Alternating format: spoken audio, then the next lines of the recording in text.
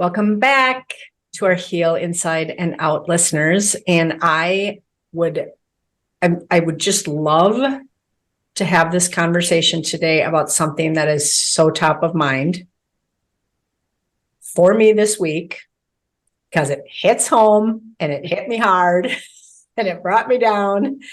But I was able to pick myself back up, and it's all about rest.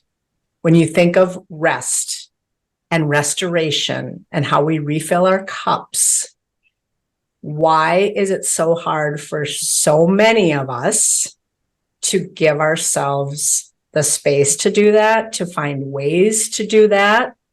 And really, it applies to all of us all the time, day or night.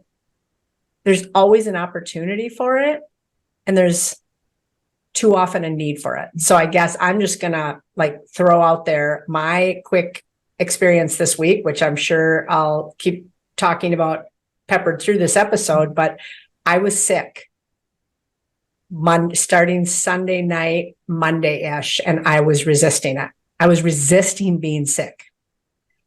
And Why were you resisting being sick, Maggie? I'm curious on that resistant. That was a really cool word to use. So can you explain to our listeners how that some people might say, what do you mean she's resisting being sick? She's sick. It's a brilliant question, Dina. And my answer is, I didn't have time for it. So I didn't want to be sick. So I wasn't going to be sick. Okay. So, and not always can we do that. I don't know. Can we ever do that? Right? If it's coming on, it's coming on. And it's my body telling me something is gone awry that needs attention. And the resistance came to me because I had so much I wanted to get done this week. And so I didn't want to be in bed. I didn't want to be resting.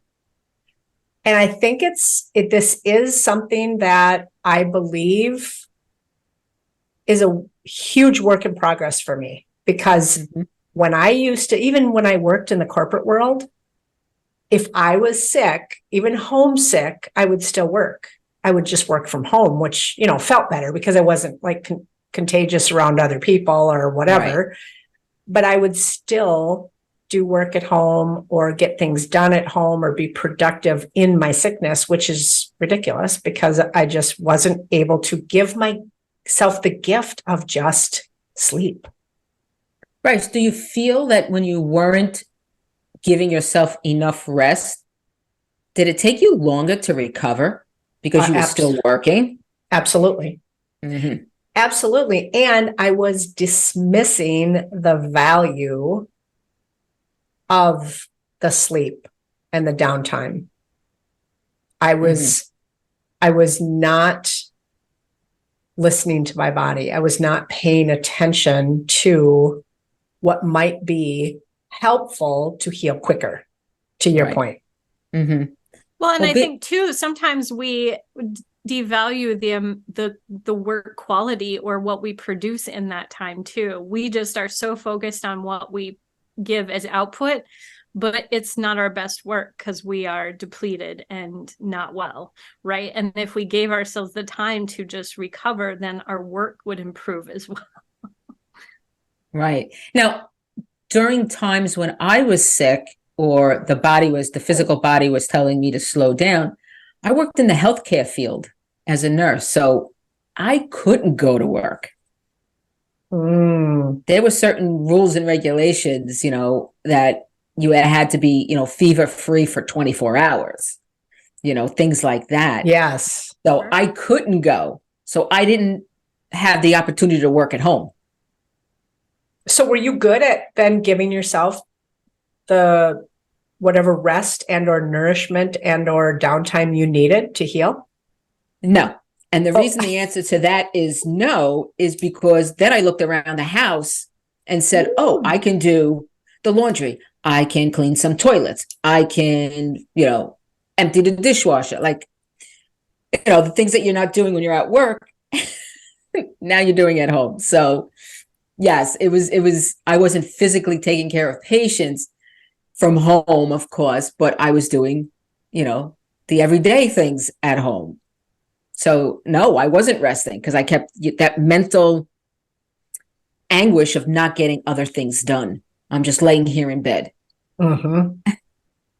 And so it ties back to this whole, Marla, this is what you were saying too about that. We have this need to be productive, but for what, for whom? And then even when we're trying to be productive, it's actually backfiring because it's not our best work, and or we're extending the potential duration of said sickness or ailment or whatever is in our way, right? Right. I will say, Dina, my go-to would never be toilets, though. Oh, sorry. No, I think that's hilarious. I got to think about my bathrooms. Okay. Well, no, and it's actually a great example for that reason. Like, you're sick and you're cleaning a toilet. Oh my gosh, Yeah. good. Yeah. Well, and I think what you said too, Dina, the language that we use, I'm not just going to lay here in bed kind of mentality or value that we place on that. It's like, that isn't enough when you're sick. Right. Maybe it is exactly what we're supposed to be doing and is perfectly enough, but we discredit it. We do. Exactly. And what would we tell others? So both of you, I'm looking at both of you all week. You've been telling me, go rest.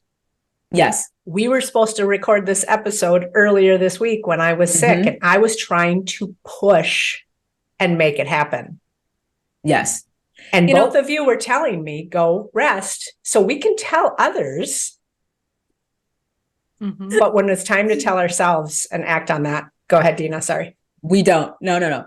But, I know both you and I, Maggie, when we were going through our treatments and, surgeries, yes, we rested. Our physical bodies were telling us to rest. So now that we're in remission and cancer-free and beyond, whether you have cancer or not, Marla's here speaking with us about this as well, because it pertains to everyone all of the time. And that's what I love about these conversations that we have when we have certain topics we want to talk about. Because like we say, it's ongoing healing from many different things. Yep. So on that note, I want to just mention something about the mental and the emotional rest, not the physical rest. All right. We need to give our brain and our feelings some love and some grace and the permission to heal. I was telling both of you a little while ago, I did a wellness workshop for this nonprofit called Second Chance Initiative, and it's for women in recovery, and they make coffee mugs. And yesterday I did a self-love, self-care workshop for them. And just listening to the stories and the things and the situations that these women have gone through, whether it was alcohol addiction, drug addiction, sexual abuse, physical abuse, I literally came home, and this is part of my nursing background as well. And I did this for many, many years. I brought it home with me, and it just played mind games with me that I literally needed to shut down for 30 minutes. And I literally lay down on my bed and took a nap for 30 minutes because I needed to rest my mind and my emotions. And I love doing this for this organization. I do it, at least once a year for them. And it's just so rewarding and so fulfilling, but I needed to take a mental and emotional break. Well, and I love that you just said that, because I was just going to say so it is so rewarding to you. And that's why you do this. Yes. And also the value that those women, I am sure, got out of you doing this for them with them. Yes. They loved it. So it's not like you would want to ever avoid those situations. but we have No. to recognize that there are those situations that can be so draining. And so we have to recognize that we have to set aside time to recover and to restore from those situations. So I think that is a great example. Right, right. And Marla, I know you were talking about different things that drain our energy. And that can be different for everyone, right? Like to your point, like it could be working with others on a topic or a course or a workshop like you were mentioning, but it also could just be being out around large crowds or being in certain environments or noises or lights, all kinds of things. We're all different human beings and we can handle certain stimuli. And so it's just listening to your body again about what is too much for me. For me personally, I mean, I don't like crowded places, or even a lot of loud noise is very hard on my system. And so sometimes if things are too much, I'll just go take a drive in a quiet car by myself. And it's so funny because my husband's the opposite. He'll get in the car and he's like cranking on the stereo and he's like, and that's calming to him. And to me, it's like, oh no, shut this off right now. So it's just, it's being intentional and focused on what works for you individually and understanding what your body is doing with that stimuli. Right.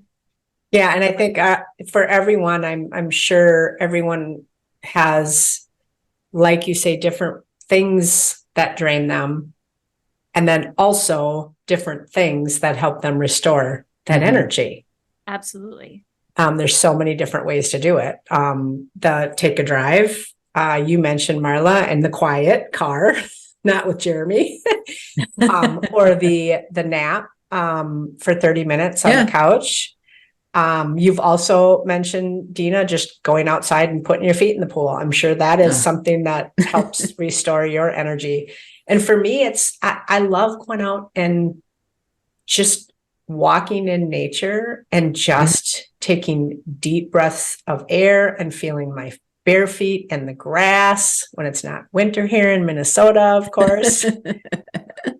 So nature is a big one for me to restore energy, even just like, putting my hand on a tree or just sitting in the grass, whatever it is. I love that. And the sound of the birds or sound of waves. You brought up the ocean waves in the past too. I love that sound. So there's so many different things to restore our energy, and making sure that we honor those and we pursue them when we need them. And when I think go ahead. Nope. Well, go, I Matt. was just gonna say, I think we've given a lot of great details and ideas on things that seemingly are happening during the day. But I'm just curious if you both have some great tips for going to bed, because this is a big downfall for me. I struggle with this. I just gulped. I don't get a good night's sleep, or the anxiety is driving me at bedtime, and that's really tough. So right.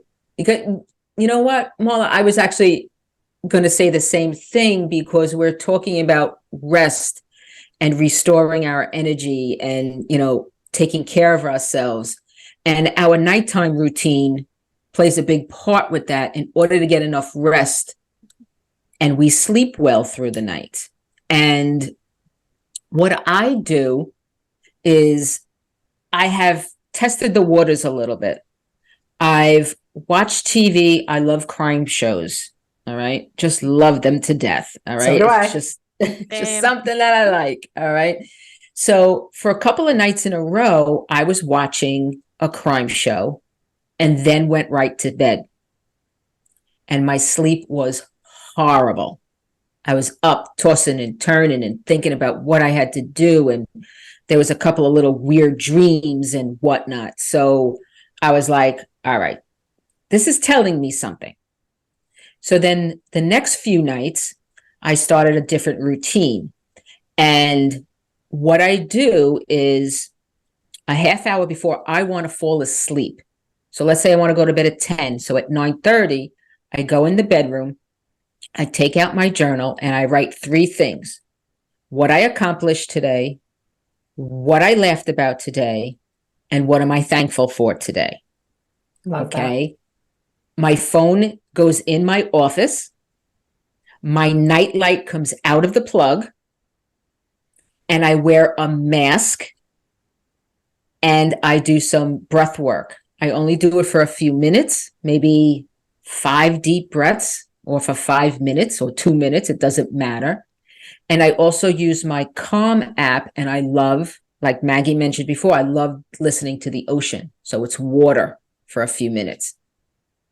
And those are the best nights rest that I get. It's amazing. Even that little blue light on my cable box bothers me.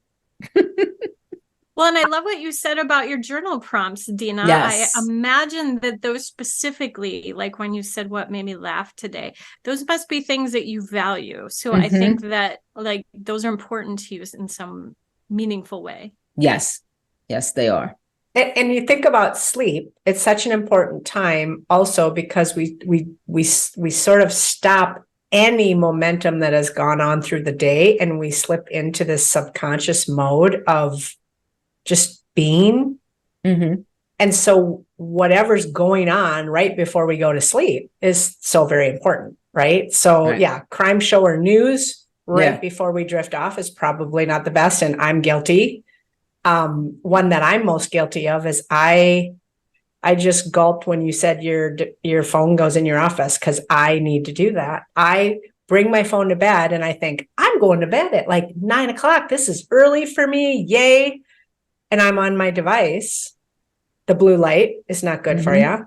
And also just that whole, it's revving up my brain, because I might even be entertained by TikTok videos and rabbit hole an hour later, or I'm playing a game.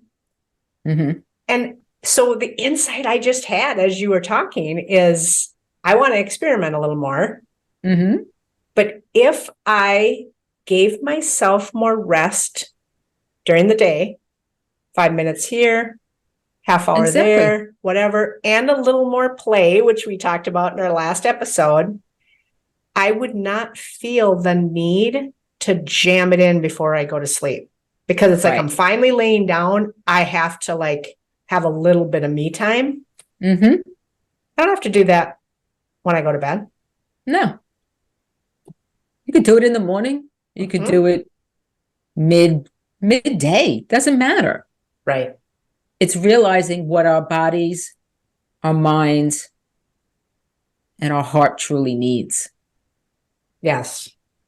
And I think too, going to bed, when you think about when we go to bed, are we doing it because our bodies are tired and we're listening to our bodies, or are we doing it because the clock says it's time? Or are we not doing it because the clock's not saying it's time?